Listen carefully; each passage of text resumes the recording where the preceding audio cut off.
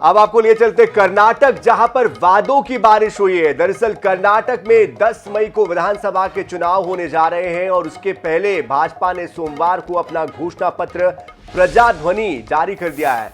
Party अध्यक्ष JP Nadda ने बेंगलुरु में इसे जारी किया। घोषणा पत्र में पार्टी ने यूनिफॉर्म सिविल कोड का वादा किया, साथ ही बीपीएल परिवारों को रोज आधा किलो नंदनी दूध और 3 रसोई गैस सिलेंडर 1 साल में मुफ्त देने की बात कही है।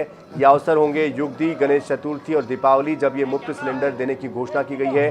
कांग्रेस ने कर्नाटक चुनाव के लिए 5 बड़े वायदे किए हैं। ये है गृह ज्योति योजना, जिसमें कि प्रत्येक परिवार को हर महीने 700 यूनिट फ्री में बिजली दी जाएगी। ये गृह लक्ष्मी योजना, जिसमें कि हर घर की महिला प्रमुख को हर महीने 2000 रुपए दिए जाएंगे। युवा निधि योजना, जिसमें कि हर ग्रेजुएट को हर महीने 3000 रुपए और डिप्लोमा होल्डर्स को 1500 रुपए दिए जाएंगे। कांग्रेस की अन्य भाग्य योजना, जिसमें कि कर्नाटक के हर बीपीएल परिवार को हर महीने 10 किलो चावल दिया जाएगा। इसके अलावा कांग्रेस ने कर्नाटक की सरकारी बसों में महिलाओं के लिए मुफ्त सफर की सुविधा देने का वादा भी किया है।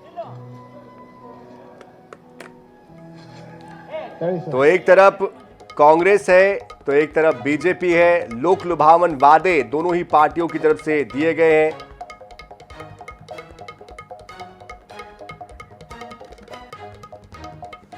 और इस खबर पर हमारे साथ विस्तार से बात करने के लिए प्रेम कुमार जी जुड़ चुके हैं, वरिष्ठ पत्रकार। प्रेम कुमार जी, सबसे पहले आपसे हम समझना चाहेंगे, एक तरफ सुप्रीम कोर्ट ये कहता है कि चुनाव के समय में जो राजनीतिक दल है उनको रेवड़ियां बांटने से बचना चाहिए, लेकिन जिस तरह से चाहे वो कांग्रेस का घोषणा पत्र हो या फिर बीजेपी का घोषणा पत्र हो, इनको देखकर आप क्या कहेंगे? देखिए, घोषणा पत्र तो चुनाव के बाद इम्प्लीमेंट करने वाली चीज होती है, तो इसमें घोषणा पत्र में जो कही गई बात है उसको रेवड़ी नहीं कह सकते।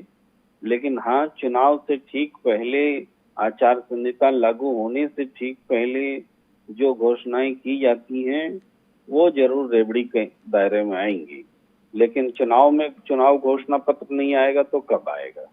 इसलिए मुझे लगता है कि घोषणा पत्र बहुत थोड़ा नजदीक होकर के आया है, और थोड़ा पहले आता तो अच्छा होता। राजनीतिक दलों के लिए एक समय सीमा होती कि आप घोषणा पत्र समय से थोड़ा पहले लाया कीजिए। अब इतने कम समय में जनता उन घोषणाओं को कितना समझेगी? ये राजनीतिक दल के लिए भी समझाने के लिए मुश्किल है, चुनौती है, और आम जनता के लिए भी उसको समझ पाना एक बड़ी टेढ़ी खीर है।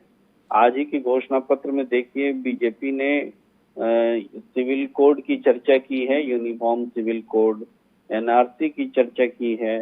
इसके अलावा खाद्यान्न जो है, सस्ते में खाद्यान्न वो देने की बात की है। नंदनी जो मिल्क है, जो कि चुनावी मुद्दा बना हुआ है, वो ½ लीटर सबको फ्री में देने की बात की है जो बीपीएल हैं।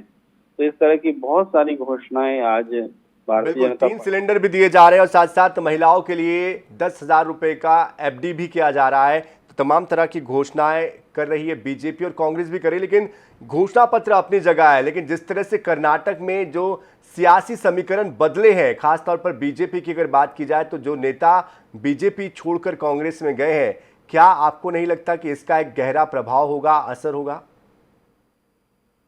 देखिए, नेताओं का जाना एक संकेत होता है, सिम्टम्स होता है। पार्टी कई बार पार्टी से बड़े नेता हो जाते हैं, कई बार पार्टी ही बड़ी रहती है, नेता छोटे रहते हैं। अब देखिए, बीएस येदियुरप्पा जैसे नेताओं ने साबित किया कि वो पार्टी से बड़ा उनका कद रहा है। लेकिन बीते समय में अभी जिस तरीके से कांग्रेस में गए हैं बीजेपी को छोड़कर, तो बीजेपी के लिए पूरे देश में ऐसा पहली बार हुआ है कि सत्ता में वो है और इसके बावजूद उनको छोड़ करके दूसरे दल में, और वो भी कांग्रेस में लोग गए हैं।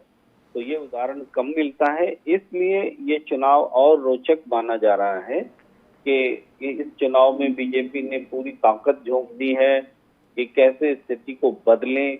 बिल्कुल, वादों की झड़ी भी लगा दी गई है, लेकिन एतबार किसके वादों पर जनता करती है, देखना होगा। बहुत बहुत शुक्रिया हमारे साथ जुड़ने के लिए प्रेम कुमार जी। तो प्रेम कुमार जी जुड़े थे, वरिष्ठ पत्रकार, जो बता रहे थे किस तरह से